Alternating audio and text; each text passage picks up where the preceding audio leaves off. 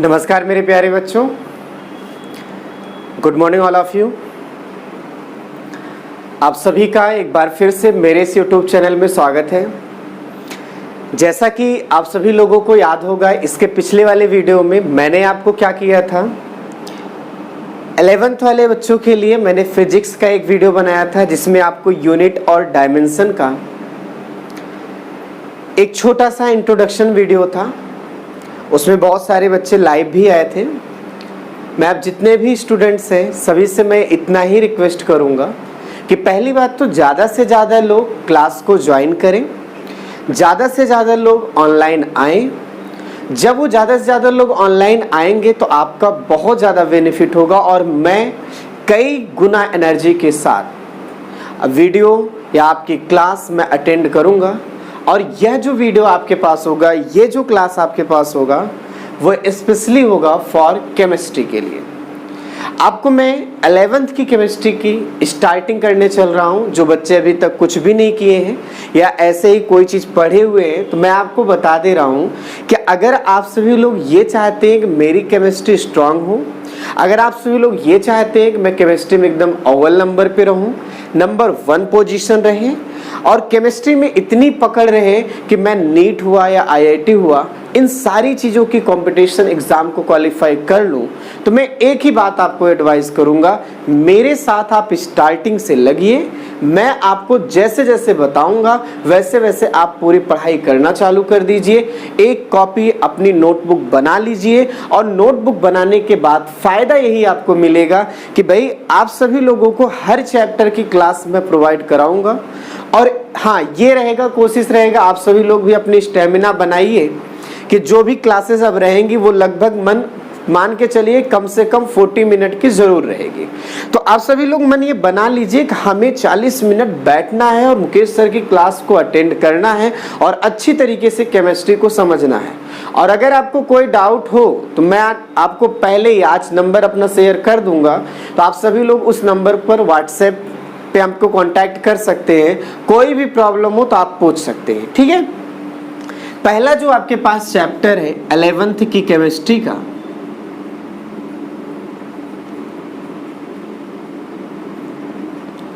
वो आपके पास होता है, नाम तो इसका बहुत ज़्यादा लंबा है, some basic concept of chemistry. मैं आपसे इतना कहूँगा, आप सभी लोग थोड़ा पढ़िएगा लेकिन बहुत ज़्यादा अच्छी तरीके से पढ़िएगा। कोई भी चीज़ रहे थोड़ा पढ़िए पर बेटर पढ़िए, बहुत अच्छी तरीके से पढ़िए। Some basic concept of chemistry में क्या होगा आपको मैं बताऊं। स्टार्टिंग में आप देखेंगे उसमें 9th का कुछ सिलेबस है। होमोजीनियस मिक्सचर क्या है या हेट्रोजीनियस मिक्सचर क्या है, एटम क्या है, मॉलिक्यूल क्या है, ये सारी चीज़ें हैं। तो ज़रूरत पड़ने पे जहाँ जहाँ कोई चीज़ आएगी मैं वहाँ पे एक्सप्लेन करता रहूँगा। हाँ, जो इस चैप्टर का मेन फंडा है, मेन टॉपिक है, जहाँ से मैं स्टार्ट करने चल रहा हूँ, मेरे साथ आप भी लगिए और अपनी पढ़ाई को चालू करिए। जो मैं बताने चल रहा हूँ वो ये बताऊँगा, हम सभी लोग इसको एक नाम देंगे, बहुत ही प्यारा सा नाम है, मूल कॉन्सेप्ट। मैं इसके बारे में एक बात बता दूं, कोई भी कॉम्पिटिटिव एग्जाम हो बिना इस चैप्टर के क्वेश्चंस के कभी नहीं होता है। हर एक कॉम्पिटिटिव एग्जाम में 2 या 3 क्वेश्चन इसके रहते हैं। और आपको मैं बताऊं, स्कूलों में मैंने अक्सर देखा है कि इस चैप्टर को जल्दी बहुत ज़्यादा डीपली जैसे पढ़ाना चाहिए वैसे नहीं किया जाता है। वो इसलिए नहीं क्योंकि वहाँ पर भी क्या होता है, टीचर ये समझता है ये न्यूमेरिकल वाला चैप्टर है और स्टार्टिंग में बच्चों को समझाना है तो कोई थ्योरी वाला चैप्टर लेके चलो। इसीलिए स्ट्रक्चर ऑफ एटम लेके चलते हैं, वो कहानी रहती है, बच्चों को भी अच्छा लगता है, टीचर भी अच्छा पढ़ाता है। और बाद में प्रेशर पढ़ने पर जो है ये मूल कॉन्सेप्ट जो है कुछ समय के लिए बचता है। रियलिटी यही है कि मूल कॉन्सेप्ट जो होता है बहुत ही लॉन्ग है, बहुत अच्छे से समझना अगर है तो आप बढ़िया तरीके से इसको समझने की कोशिश करिएगा। हाँ, ये जरूरी है, ये आप सभी लोग समझिए कि मूल कॉन्सेप्ट जो है ये न्यूमेरिकल से भरा हुआ है। न्यूमेरिकल समझिए इसमें पूरा का पूरा भरा हुआ है। पर न्यूमेरिकल को आप ऐसे कभी मत लगाइए कि हमें एक फॉर्मूला याद हो जाए उसी पर आप 100 न्यूमेरिकल लगाइए। नहीं भाई, आप न्यूमेरिकल लगाने का तरीका चेंज करिए। आप ये देखिए कि हम कितने टाइप के न्यूमेरिकल को लगा रहे हैं। आज मैं आपको मोल कॉन्सेप्ट से रूबरू कराऊंगा। आज मैं आपको मोल कॉन्सेप्ट से थोड़ा सा इंट्रोड्यूस कराऊंगा, फैमिलियर कराऊंगा। ये मोल कॉन्सेप्ट है क्या, बात समझ में आई? तो थोड़ा सा आप देखिए, कई टाइप के मैं न्यूमेरिकल भी लूंगा, कई क्वेश्चंस भी उठाऊंगा कि हाँ ये क्वेश्चंस आपसे पूछा जाए तो कैसे सॉल्व करेंगे, कुछ ट्रिक्स भी बताऊंगा। तो आइए अच्छे से समझते हैं। अगर हम मोल कॉन्सेप्ट की बात करें तो इसमें एक वर्ड है मोल। मोल के बारे में आपने पिछले वीडियो में मेरे देखे होंगे, तो जो भी देखा होगा यूनिट एंड डायमेंशन में मैंने आपसे कहा था कि हमारे पास 7 फंडामेंटल क्वांटिटी होता है। उनमें से एक फंडामेंटल क्वांटिटी होता है अमाउंट। एक फंडामेंटल क्वांटिटी कौन होता है? अमाउंट होता है, जिसको हम सभी लोग नाम क्वांटिटी ही देते हैं। और हम सभी लोग ये जो फंडामेंटल क्वांटिटी है, इसकी जो यूनिट बनाई गई है, वो यूनिट अगर आप ध्यान से देखे होंगे बताया भी गया था, क्या था? मोल। तो यानी कहने का मतलब है जो मोल है that is a fundamental unit. सबसे पहले तो आप यही बात जानेंगे कि ये एक टाइप की क्या होती है? फंडामेंटल यूनिट होती है। बात मेरी समझ में आ गई आपको? अब मोल का मतलब क्या होगा हम फिजिक्स में नहीं पढ़ते, ये केमिस्ट्री का चैप्टर है, केमिस्ट्री का टॉपिक है, इसलिए केमिस्ट्री में पढ़ेंगे। मोल का क्या मतलब होता है मैं आपको वो समझा रहा हूं। जैसे आप मानकर चलिए आप मार्केट में गए, मार्केट में जाने के बाद आप कहते हैं मुझे 1 डजन बनाना दे दीजिए। आप मार्केट में गए हैं और मार्केट में जाने के बाद आप बोल रहे हैं कि हमें 1 डजन बनाना दे दीजिए। किसी ठेले वाले के पास आप गए हैं, वो आपको आराम से क्या करेगा? 12 बनाना दे देगा और आप बिना किसी झगड़ा लड़ाई किए आप 12 बनाना लेके चले आएंगे। क्यों ऐसा होगा? क्योंकि आपको भी पता है 1 डजन कितना होता है? 12। और जो दुकानदार है उसको भी पता है 1 डजन कितना होता है? 12 होता है। तो आपको 12 जैसे मिला आप वैसे तुरंत चले आए। बात मेरी समझिएगा। तो क्योंकि वहां पर हमारी आपसी जानकारी मेल कर रही थी, हम भी समझ रहे थे 1 डजन मीन्स क्या है, अगला भी समझ रहा था 1 डजन मीन्स क्या है। कोई दिक्कत नहीं, आप डजन वर्ड को डेली लाइफ में यूज करते हैं, बात समझ में।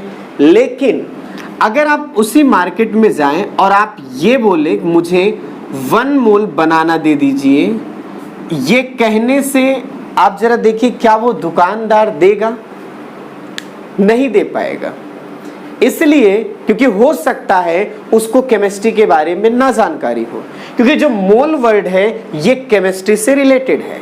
और जब केमिस्ट्री से रिलेटेड है तो ये जरूरी नहीं को बंदा केमिस्ट्री के बारे में जानकारी रखता हो, मोल के बारे में जानकारी रखता हो। यहाँ पर आपको पता होना चाहिए, वैसे 1-2 आदमी जो केमिस्ट्री पढ़ते हैं उन्हीं को मोल के बारे में पता होगा। पूरी दुनिया में आप ध्यान दीजिए, सब तो ऐसा है नहीं पढ़े लिखे हैं सब मोल के बारे में जानते हैं, ऐसा कुछ भी नहीं होता है। लेकिन आपसे अगर मैं पूछूं डजन को आप डेली लाइफ में यूज करते हैं, कोई दिक्कत नहीं है क्योंकि सभी जानते हैं कितना होता है। पर मोल को नहीं यूज करते इसलिए क्योंकि कुछ लोग जानते हैं और कुछ लोग नहीं जानते हैं। तालमेल नहीं खाएगा, लड़ाई झगड़ा होगा, क्योंकि आप जो जानते हैं अगला मानने को तैयार नहीं होगा और अगला कहेगा मैं तो जानता ही नहीं हूँ। ठीक है, तो ये सारी प्रॉब्लम ना हो इसीलिए केमिस्ट्री में आप सभी लोग पढ़ेंगे मोल को, अच्छे से जानकारी रखिएगा। और मैं एक बात और बता दे रहा हूँ, जैसे आपने कहा 1 डजन एक टाइप का क्या है? नंबर है जो 12 को शो करता है। कंपेयर करके बताइए, जिस तरह से आपने कहा 1 dozen that is a number and equal to 12, बिल्कुल वैसे ही 1 मोल भी एक नंबर है। और ये जो नंबर आपको मिलेगा इस नंबर को हम सभी लोग कहते हैं एवोगैड्रो नंबर। क्या नाम देते हैं? एवोगैड्रो नंबर कहते हैं। आई बात समझ में? अब एवोगैड्रो नंबर कितना होता है तो आप देखते होंगे 6.023 10 की पावर 23। आप देखेंगे कहीं पे 6.022 लिखा है, आप घबराइए मत, एक ही जैसा है। यहां पर आप ध्यान देंगे मैं एक वर्ड यूज कर रहा हूं, क्या चीज? पार्टिकल।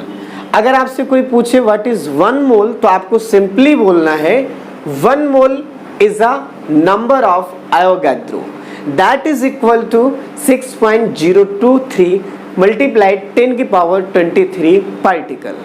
अब थोड़ी और जानकारी आप ले लीजिए, ये जो पार्टिकल हमारे पास होगा ये कुछ भी हो सकता है।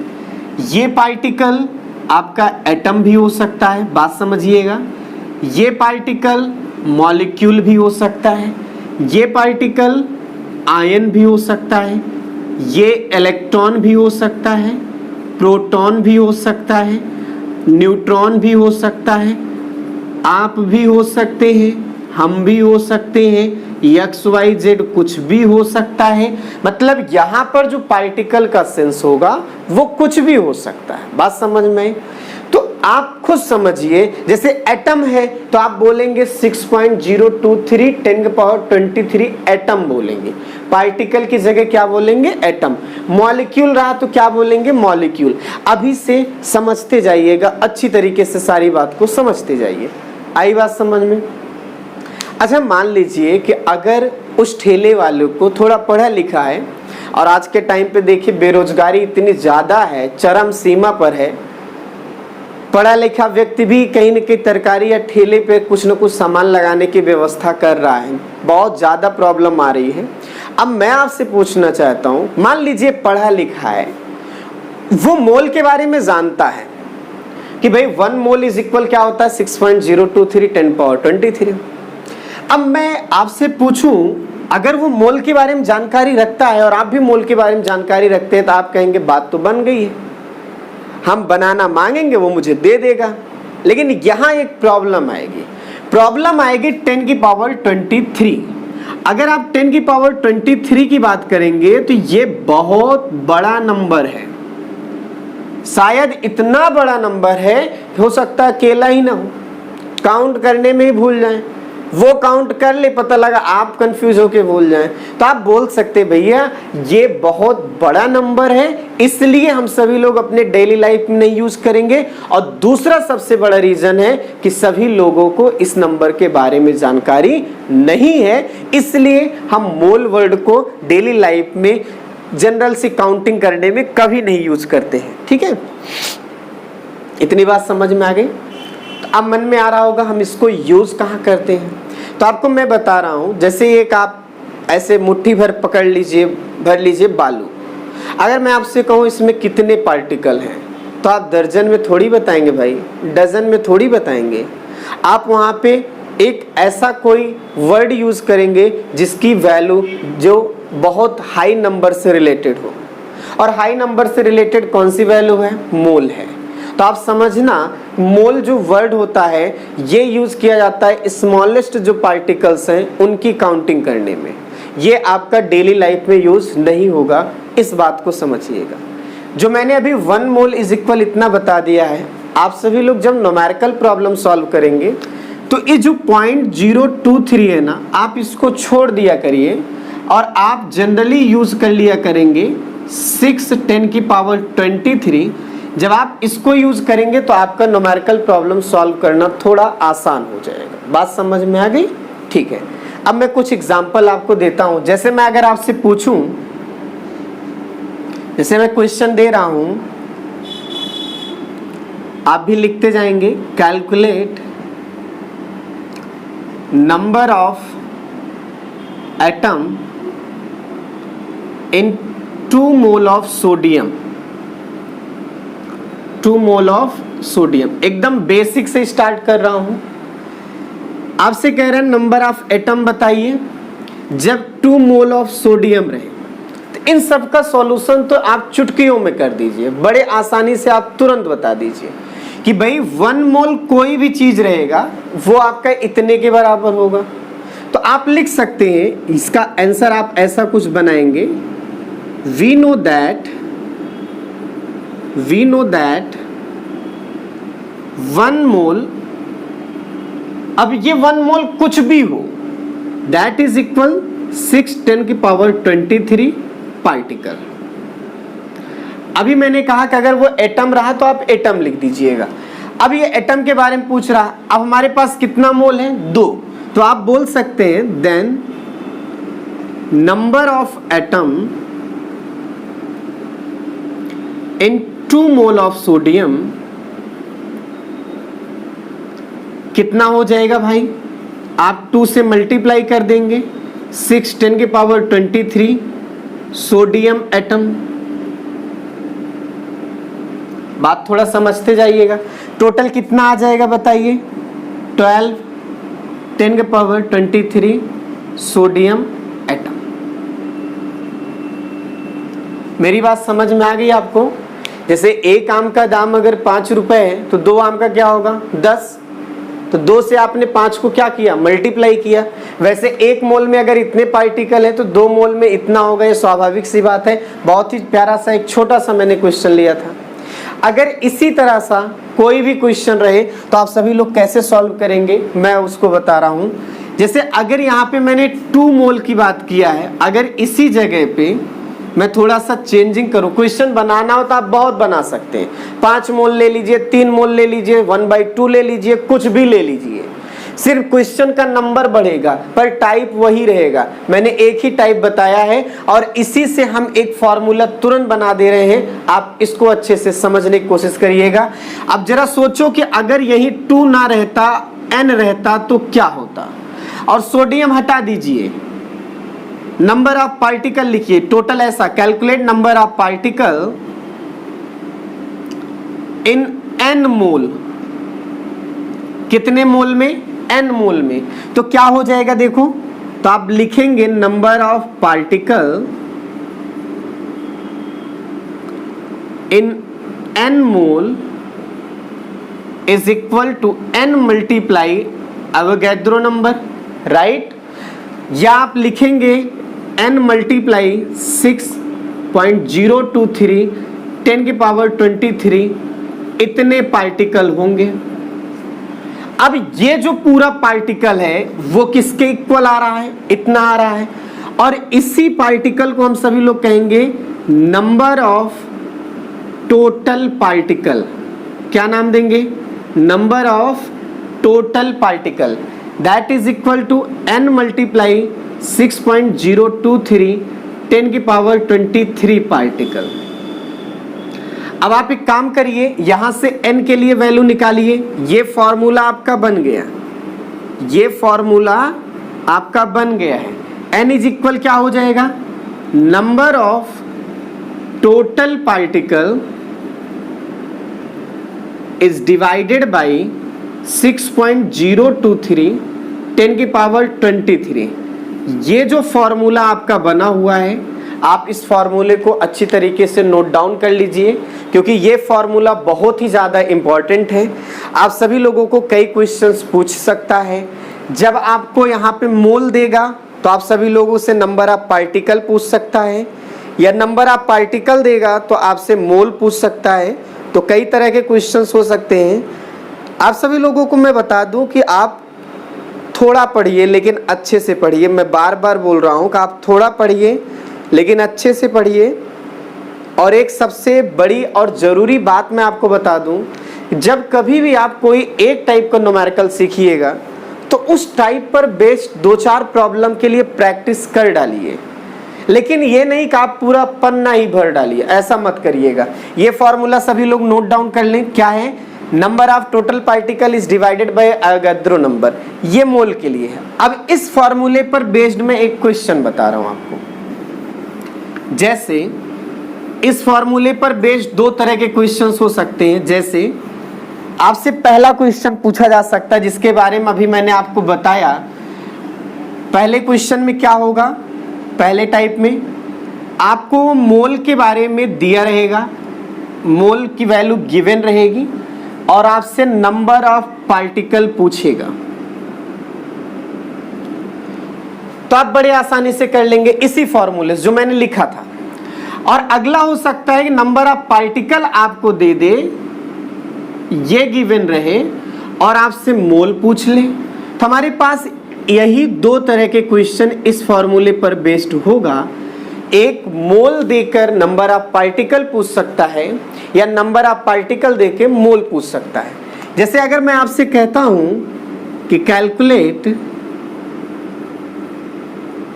Number of particle in 1.5 mole of x, तो आप क्या करेंगे? आप सीधा आंसर लिखिए, number of particle is equal 1.5 6.023 10 के पावर 23 यक्स। यही आपका डायरेक्ट आप आंसर लिख दीजिएगा, यही आंसर हो जाएगा, कोई प्रॉब्लम नहीं आएगी।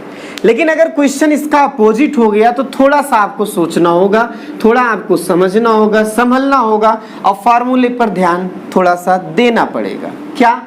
अगर आपसे कहता है कैलकुलेट नंबर ऑफ मोल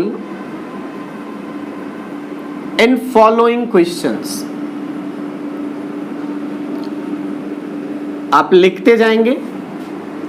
जैसे पहला क्वेश्चन दे दिया, मान लीजिए 3 10 की power 22 particle of carbon dioxide.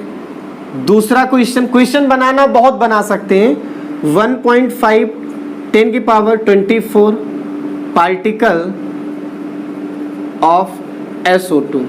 आप क्वेश्चन बनाना चाहें बहुत बना सकते हैं, पर फालतू के क्वेश्चन मत बनाइएगा, टाइम वेस्ट हो। सीखिए, बस सीखिए कैसे करना है।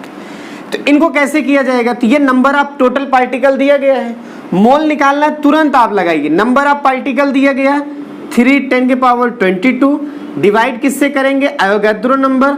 आपको मैंने कहा न्यूमेरिकल लगाते समय एवोगैड्रो नंबर 6 10 की पावर 23 यूज करिए। ये आप देखिए कितना हो जाएगा, 1/2 आया, और यहाँ पर 10 1/20, इतना मोल आपका डायरेक्ट आंसर करिए, कोई कंफ्यूजन नहीं। इनको आप बड़े आसानी से आप कर लेंगे, इनको आप करिएगा, प्रैक्टिस करिएगा, और ऐसे आप बहुत सारे क्वेश्चंस बना सकते हैं। हाँ, अब क्वेश्चन का मैं थोड़ा सा लेवल बढ़ा रहा हूं, यही टाइप का क्वेश्चन रहेगा पर लेवल बढ़ेगा। देखिए कैसे, अगर मैं क्वेश्चन में ये कहता हूं, थोड़ा सा समझिएगा। अब मैं आपको केस नंबर जो ये पहला था इसी का दे रहा हूं, मोल आपको मैं दूंगा, पार्टिकल पूछूंगा, पर पार्टिकल पूछने में भी बहुत सारी कहानी होगी, जरा समझिएगा। जैसे मैं एक क्वेश्चन दे दिया, calculate number of atom, molecule, electron, proton, neutron इन किसमें 2 mole of H2O, 2 mole of H2O। बस हमने क्वेश्चंस का थोड़ा सा बढ़ा दिया है। अब इनको कैसे करना है, एकदम आसान है, घबराइए बिल्कुल मत। अगर मैं आपसे पूछूं H2O क्या है, तो ये मॉलिक्यूल है। 2 मोल ऑफ H2O का मतलब क्या होगा, इसका सॉल्यूशन आप कैसे रखेंगे जरा देखो। 2 मोल ऑफ H2O का मतलब हो जाएगा 2 6 10 की पावर 23 H2O। ये टोटल हो गया 12 10 की पावर 23 H2O। मतलब इतना H2O हमारे पास है। अब ये आपके पास H2O क्या हुआ है, मॉलिक्यूल, मतलब हमने नंबर ऑफ मॉलिक्यूल को क्या कर लिया, कैलकुलेट किया। अब मुझे पता है, मेरी प्रीवियस नॉलेज ऐसी है कि मॉलिक्यूल जो हमारा होता है वो किससे बना होता है, एटम से बना होता है। किससे बना होता है, एटम से। अब आप जरा देखो, इतने मॉलिक्यूल हैं, इस मॉलिक्यूल में कितना एटम है, 2 एटम हाइड्रोजन का है और 1 एटम ऑक्सीजन का है। तो हम आप बोल सकते हैं कि एक H2O में कितने एटम हैं, 3 एटम हैं, 2 हैं हाइड्रोजन के और 1 है ऑक्सीजन के। तो हमारे पास तो इतना एटम है ना, तो डायरेक्ट आप सेकेंड लाइन में आंसर लिख दीजिए क्या, number of atom in 2 mole of H2O। कैसा होगा, इतना पूरा H2O है और हर एक H2O में 3 एटम है, तो 3 से मल्टीप्लाई कर दीजिए, 12 10 की पावर 23। तो ये आपके पास क्या हो जाएगा, एटम हो जाएंगे। ये टोटल आ गया आपका 36 10 की पावर 23 एटम।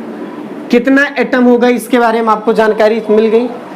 अगर आप एटम निकाल लिए, मॉलिक्यूल निकाल लिए, भाई अब तो इलेक्ट्रॉन, प्रोटॉन, न्यूट्रॉन भी निकाल सकते हैं। मैं एक निकाल के बता देता हूं और आप आगे की सारी कहानी आप सभी लोग कर लेंगे अपने आप से ही। कोई प्रॉब्लम होगी तो मुझसे आप जरूर पूछ लीजिएगा, आप में कोई डाउट ना रहे, ये मेरा प्रयास हमेशा रहेगा। जैसे अगला कह रहा है कि नंबर ऑफ इलेक्ट्रॉन बताइए, तो मैं यहाँ पे लिख दे रहा हूँ नंबर ऑफ इलेक्ट्रॉन। मैं आपसे पूछना चाहता हूँ H2O जो मॉलिक्यूल है उस H2O मॉलिक्यूल के एक H2O में कितना इलेक्ट्रॉन है? तो एक H2O में कितना इलेक्ट्रॉन होगा? भाई हाइड्रोजन के पास एक इलेक्ट्रॉन होता है, तो हाइड्रोजन है कितना? 2।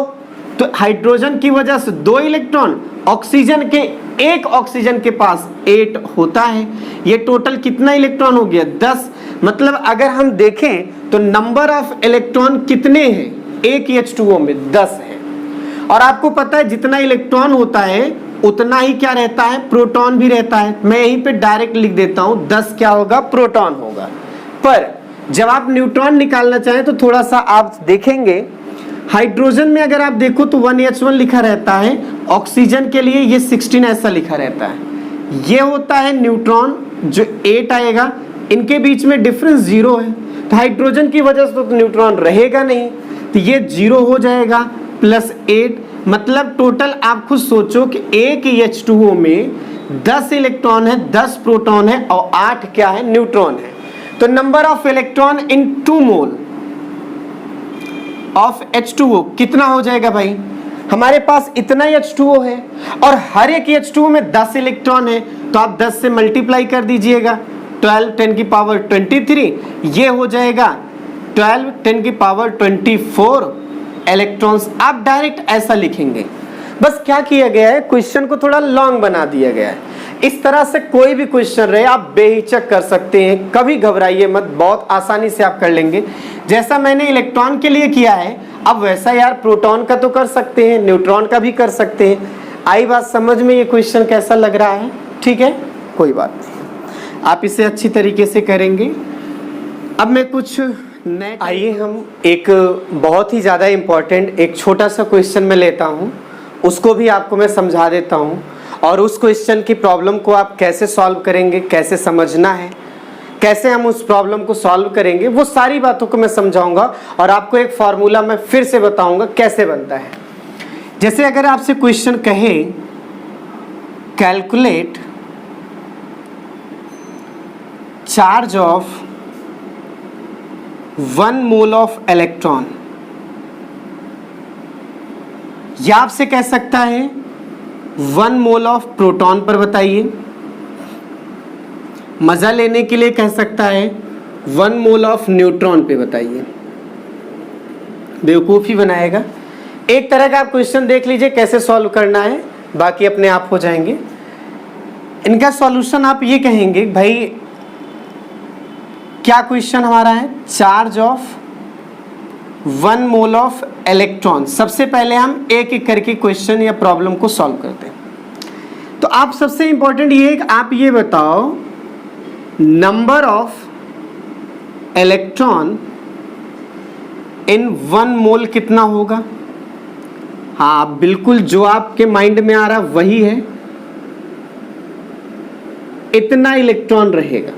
आई बात समझ में?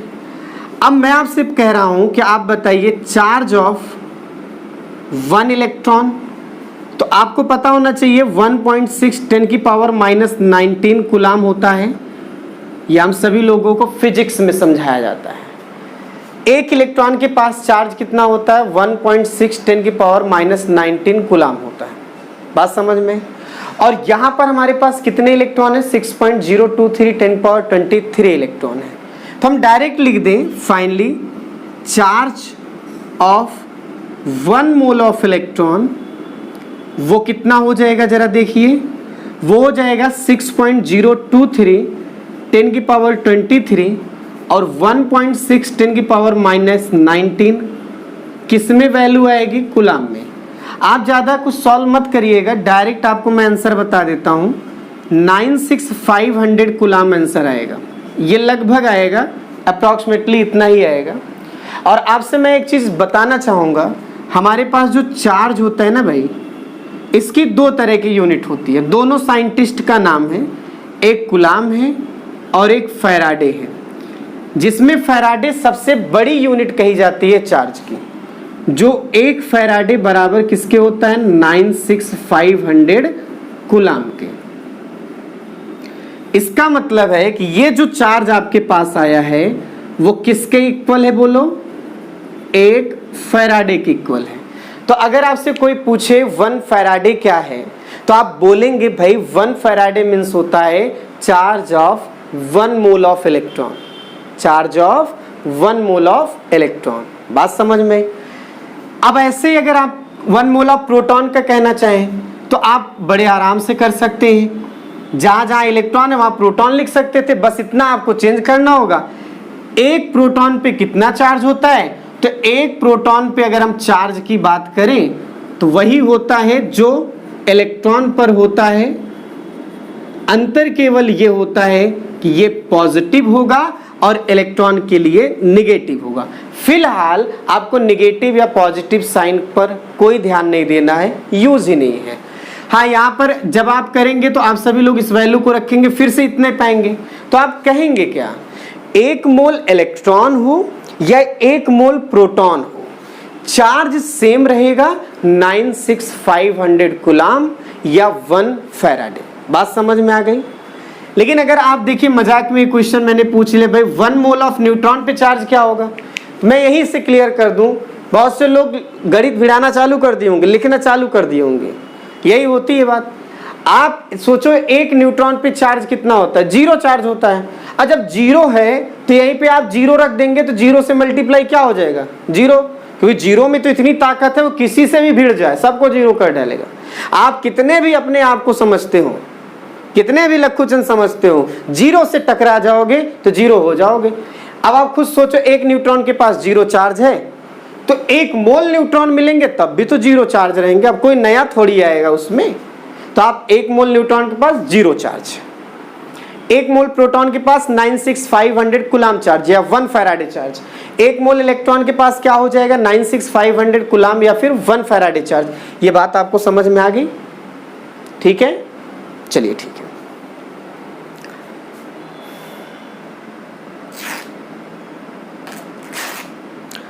अब मैं आगे एक क्वेश्चन लेता हूं, उससे आपको पूरा सॉल्व कराता हूं। ये तो आपने सीखा कि ये क्या होता है। अब मैं आपको एक फॉर्मूला बनाने का तरीका सिखा रहा हूं, उसको आप समझेंगे।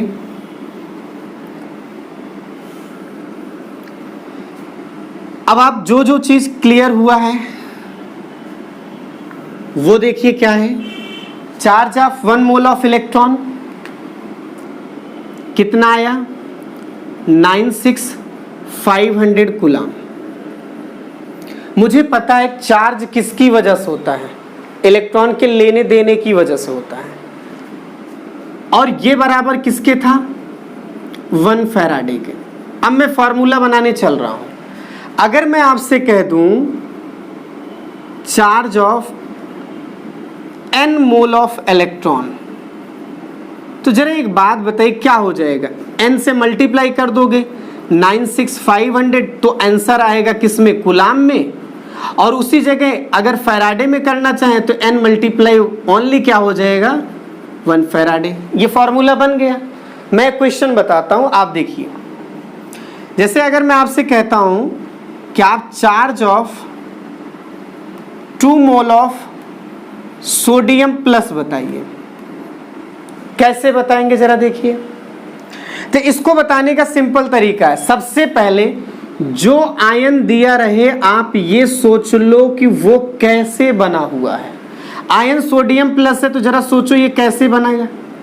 तो ये बना होगा कि जब सोडियम ने 1 इलेक्ट्रॉन निकाला तब जाके 1 प्लस बना हुआ है।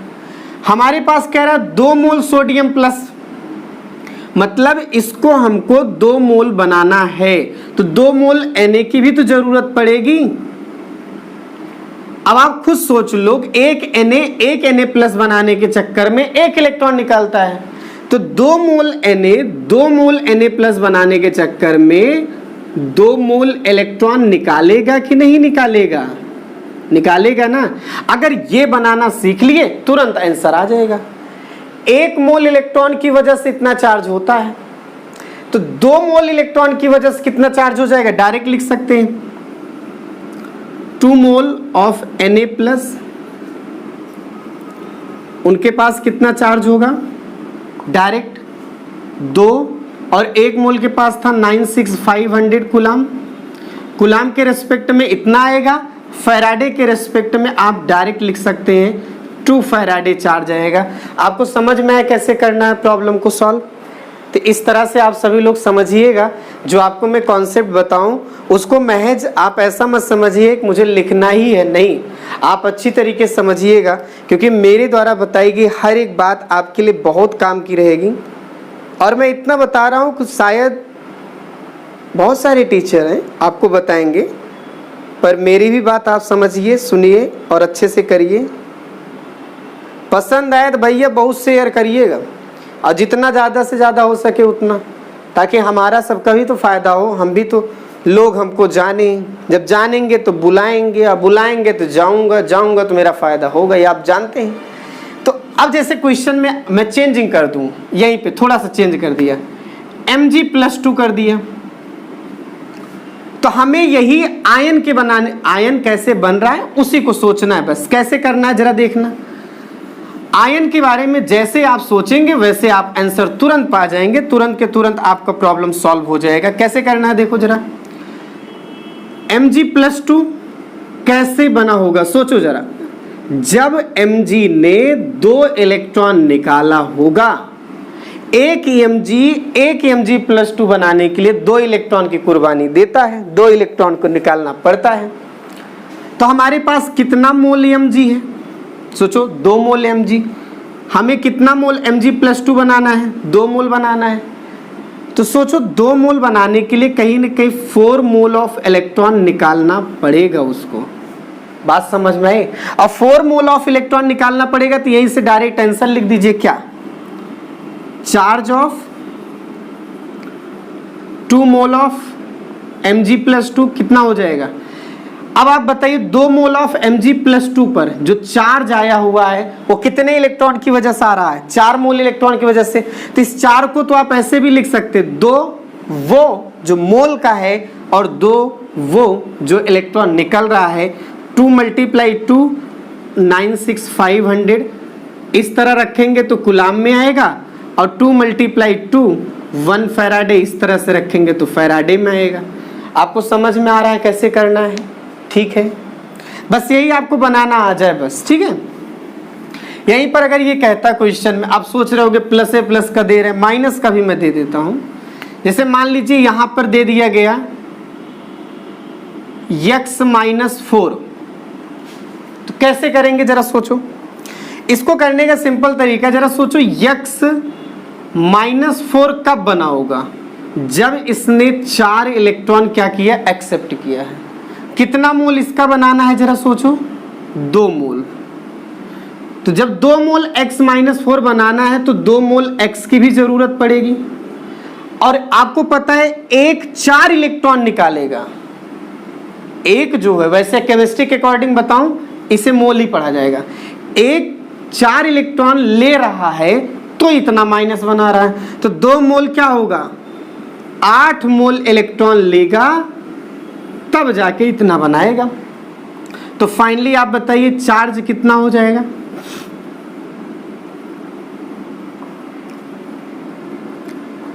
चाहे आप 8 को आप ऐसे लिखिए, क्या? 2 × 4 96500 कूलाम, या आप लिख सकते हैं 2 × 4 1 फैराडे। भाई आप थोड़ा कॉन्सेप्चुअल चलिएगा, समझिएगा इस बात को। ये समझ में आ गया?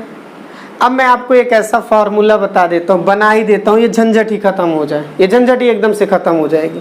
आप ट्रिक सीख लीजिए, फार्मूले पर आप डायरेक्ट कर लेंगे। ये तो एक करने का तरीका होगा, क्वेश्चन कैसा भी हो, कितना भी हो, कहीं का भी हो, आप बड़े आराम से कर सकते हैं, कोई दिक्कत नहीं भैया, कोई दिक्कत नहीं है। जैसे फार्मूला आप कैसे बनाएंगे? Charge of n mole of, इस बार इलेक्ट्रॉन कह सकते हैं, लेकिन यहां पर आयन की बात हो रही है, तो इसके लिए n × 96500 रखते। कहे तो क्या चेंजिंग की है? चेंजिंग यही है, इसके साथ इस बार नंबर ऑफ एक्सचेंज इलेक्ट्रॉन भी आ जाएगा कि कितने इलेक्ट्रॉन को एक्सचेंज कर रहा है। क्योंकि चार्ज को बनाने की भूमिका किसकी होती है? इलेक्ट्रॉन की। ये हुआ किसमें? कूलाम में आएगा। किसमें आंसर आएगा? कूलाम में। फैराडे में करना है, बस 96500 हटा दीजिए, तो नंबर ऑफ एक्सचेंज इलेक्ट्रॉन ये आप किस में पाएंगे? फैराडे में पाएंगे। मेरी बात आपको समझ में आ रही है? अब जैसे कोई क्वेश्चन मेरे पास था, जैसे अभी था 2 मोल ऑफ Mg+2, डायरेक्ट आप लिखिए n कितना है? 2, 96500 कितने इलेक्ट्रॉन का लेन देन हो रहा है? जितना उस पे चार्ज रहेगा 2, तो यही आपका आंसर आ जाएगा। वो भी आंसर किस में आएगा? कूलाम में आएगा। बड़े आसानी से ट्रिक से आप सॉल्व कर सकते हैं। अगर फैराडे में करना है तो 96500 हटा दीजिए 2, तो इतना आपका क्या हो जाएगा? फैराडे आ जाएगा। मेरी बात आपको समझ में आई? जैसे अभी तक आपने देखा था हमने क्वेश्चन में, जैसे मान लीजिए मैं कह दूं 1/2 मोल ऑफ Al+3, घबराइए मत, 1/2 है मोल, 96500 एक मोल इलेक्ट्रॉन को चार्ज 1/2, और कितना इलेक्ट्रॉन निकाल रहा है जरा देखो, 1 3, तो ये हो जाएगा 3/2 96500 कूलाम। यही आपका आंसर आ जाएगा। फैराडे में लिखना है तो डायरेक्ट में लिख दूं 3/2 फैराडे आंसर आएगा। मैं उम्मीद करता हूं आपको ये पूरी बात समझ में आई होगी। तो आज के लिए बस इतना ही। आप सभी लोगों को मैंने मूल कॉन्सेप्ट का कुछ छोटी छोटी बातों को मैंने आपसे इंट्रोड्यूस कराया है, कुछ न्यूमेरिकल प्रॉब्लम को समझाया है। हाँ, आप सभी लोग एक काम करिएगा, अच्छी तरीके से करेंगे। मैं कुछ क्वेश्चन दे रहा हूँ, आप इनको ज़रूर करके लाएंगे। जब आप इनको करेंगे, अब सोच रहे होंगे हम कहाँ देखेंगे, तो मैं आपको अपना व्हाट्सएप नंबर दे रहा हूँ। व्हाट्सएप नंबर पे आप सभी लोग मुझे भेज दीजिएगा। अगर कुछ गलत रहेगा तो मैं तुरंत आपको जवाब भी दे दूंगा। बात मेरी समझ में आ गई? तुरंत आपको मैं जवाब दूंगा। मेरा जो व्हाट्सएप नंबर है 7800204000। मेरे नंबर में बहुत जीरो है। 7080204000। अब आपको क्वेश्चन दे रहा हूं, आपको उसी पे सेंड करना है।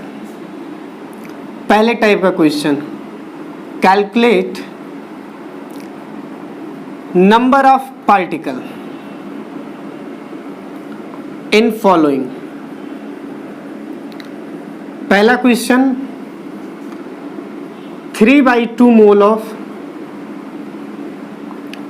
एल्यूमिनियम। दूसरा क्वेश्चन 1/4 मोल ऑफ CO2। ठीक है। अब दूसरे टाइप का क्वेश्चन देखिए, calculate number of atom and electron, proton and neutron. पहला ऑप्शन ये बड़ा हो जाएगा, इसलिए 3/8 मोल ऑफ क्या चीज मैं दे देता हूं आप सभी लोगों को, SO2। करिएगा, अच्छा लगेगा आपको। और एक कमाल का क्वेश्चन थोड़ा सा चेंज करके दे रहा हूं, इस बार मोल नहीं दूंगा, समझना। 6 × 10⁻24 मॉलिक्यूल्स ऑफ NH3। आप सभी लोगों को इसमें क्या करना है, ये पार्टिकल दिया है भाई, आप मोल निकाल लीजिएगा। मोल निकालने के बाद जो है, या आप सिंपली आप देखिए डायरेक्ट पार्टिकल नंबर ही दिया है तो मोल निकालने की जरूरत ही नहीं है। इतना पार्टिकल है, एक NH3 में कितना एटम होगा, एक N का 3 H का, तो आप कर लीजिएगा, कोई दिक्कत नहीं होगी। अगला, कैलकुलेट चार्ज ऑफ फॉलोइंग। इसके लिए क्या होगा, एक क्वेश्चन मान लीजिए आपसे मैं दे दूं 143 मोल ऑफ, अरे हंसो मत, 143 मोल ऑफ क्या, रावण -4। आप इन सारे क्वेश्चंस को करके आएंगे और आप सभी लोग इस बात को थोड़ा समझेंगे। जो भी क्वेश्चंस रहेगा आप उसको सॉल्व करिएगा। अगर आप सॉल्व कर लेते हैं तो मैं समझूंगा कि आप सभी लोगों को मेरा वीडियो पसंद आया है, और आप सभी लोग जितना ज़्यादा से ज़्यादा हो सके शेयर करिएगा ताकि इसका फ़ायदा सभी बच्चों को मिल सके। मैं आपको नेक्स्ट वीडियो में इसके आगे की कहानी बताऊंगा। आज के लिए बस इतना ही। Thank you.